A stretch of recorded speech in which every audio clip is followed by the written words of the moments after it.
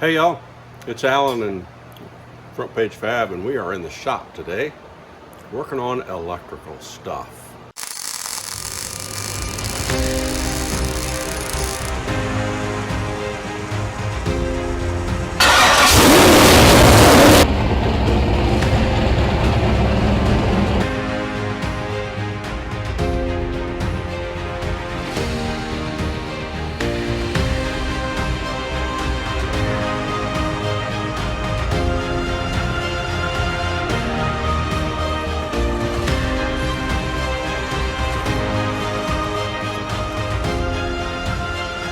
Let's get in the shop and build Unwind. something. I'm going to show you how I do a schematic when I'm getting ready to do something, and in this case, I am wiring in a couple extra relays, so that I can take, if I want to run in the no box class, I can pull my box out, plug a couple connectors in, wires in my relay, and we're partying again. So follow along. I'm going to show you on the computer how I do that, and then after that we're going to get over here on the bench and get those connectors made. So follow along.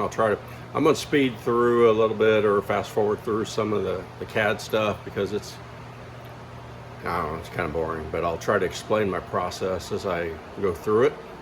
And so maybe that'll help somebody out when they're doing it. You don't need, I know the current trend right now is to buy those digital boards, and they're cool. I love them. I wish I could afford them.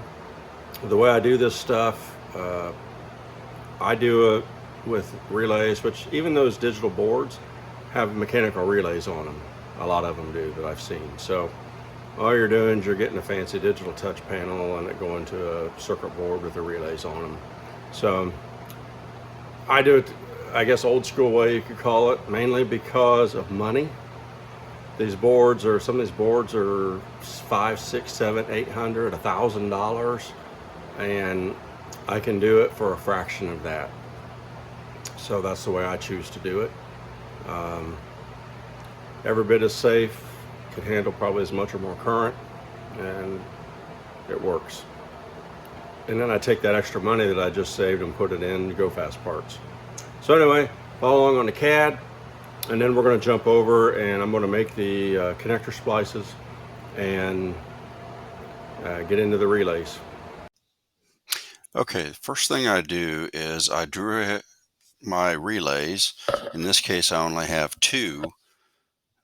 So now what I'm doing is I'm completing my power circuits.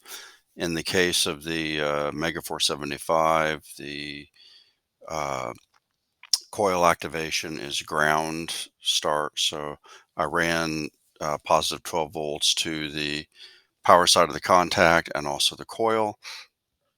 And then you can see here that second line I drew will be the push button switch. So the 12 volts will pass through the coil. It will go to the push button. When I push the push button, it will ground out, completing the circuit. Then in this particular case, the relay I'm working on is the trans brake relay. So the yellow wire and the way I wired it to the delay box, I used yellow, so I'm just duplicating the colors throughout this drawing. Now I'm working on the shift solenoid circuit relay there. Same thing again, the power and for the coil and the contacts is already there. So I'm just completing those two circuits.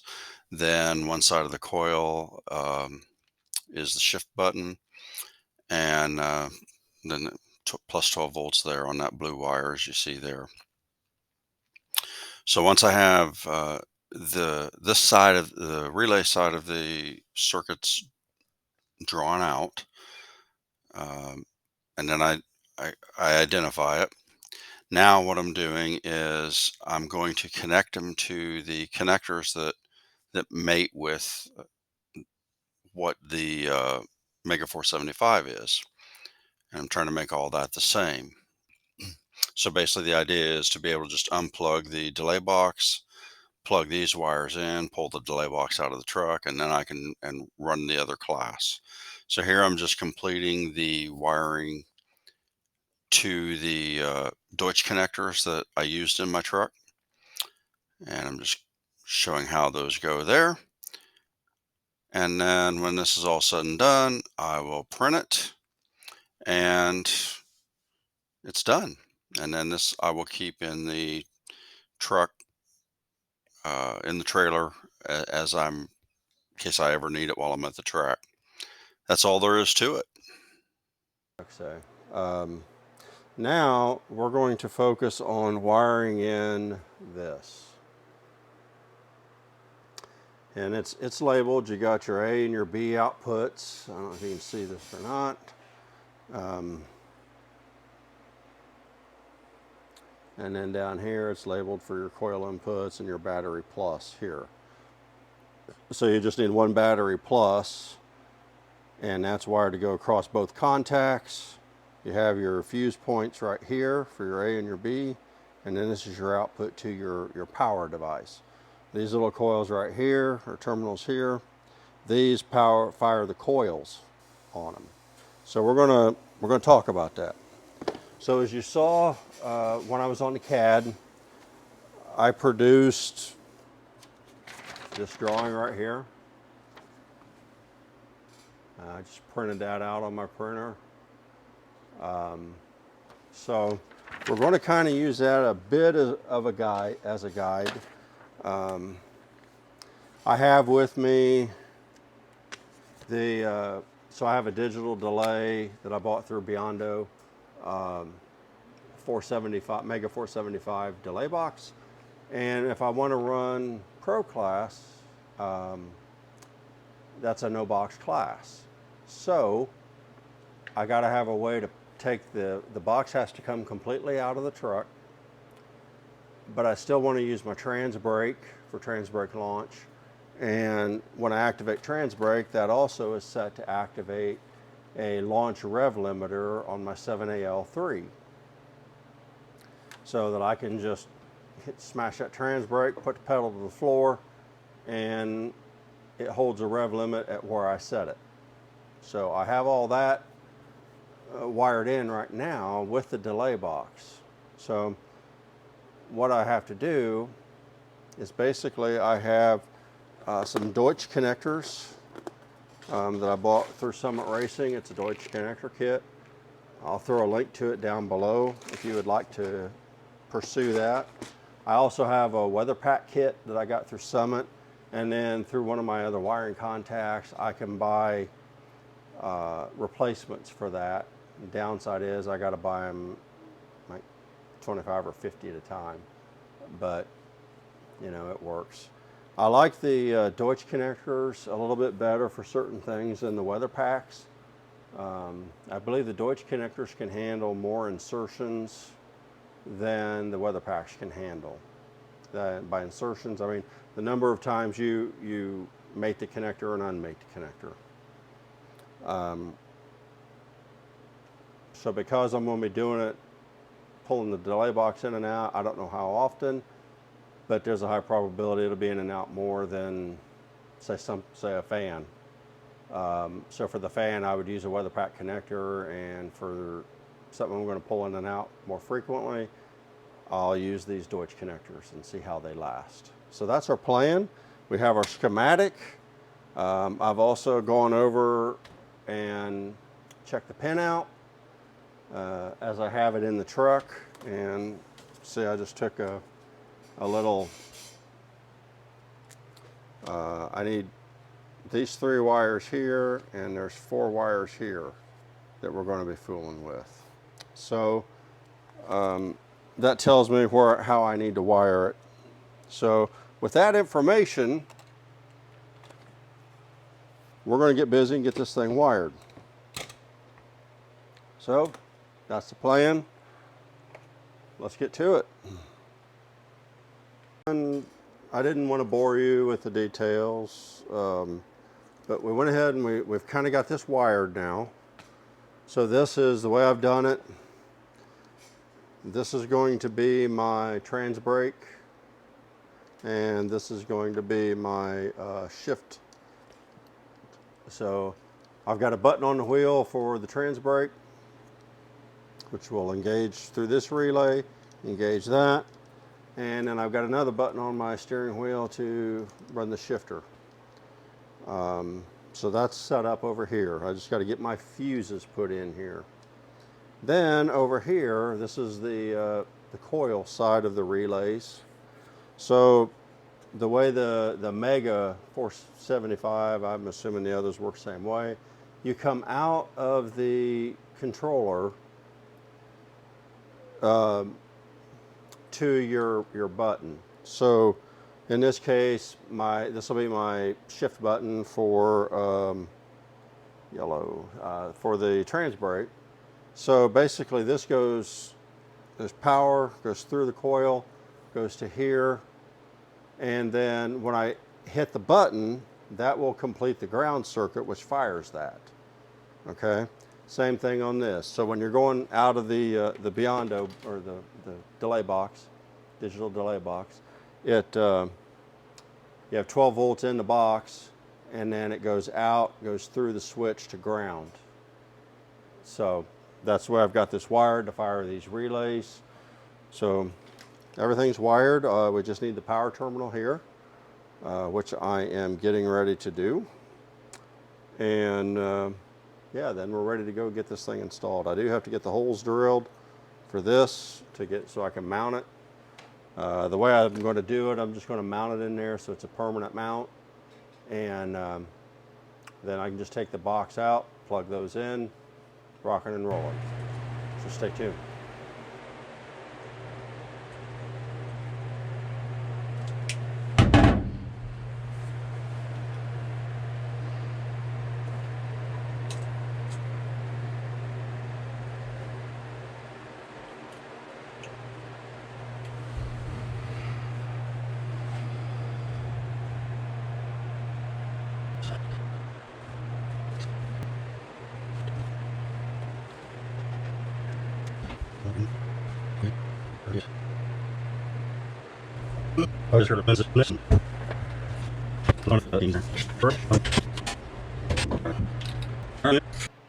Okay guys, we got the wiring finished.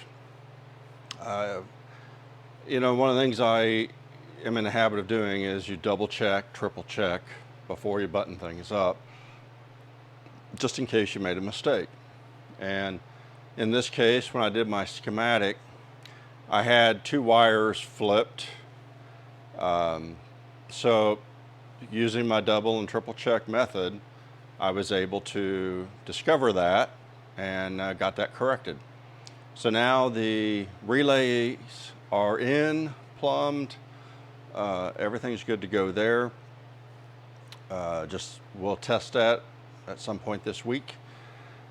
We may take it out this coming Saturday. It'll just depend on the weather. The only thing I have left to finish at the moment is plumbing, which won't take too long here, but I'll show you that here in a minute. But in the meantime, let me flip over. Now I have not tidied up these connectors, so don't hold that against me. But here is the relay mounted, connectors done, ready to go test, I guess. Okay, so as you can see, I've got the relay mounted. I've got power going in here. I got my lock tang put in there, so that locks terminals in place. And yellow wire goes out to the trans brake. Then this blue wire right here goes into this. It controls the shift solenoid that's mounted right there. And then these two buttons here plug into the harness right here that also plugs into my delay box, and everything should match according to the strips up here. So you can see yellow is my trans brake out, and gray goes to the shift solenoid. Then purple is push button 1, and green is push button 2.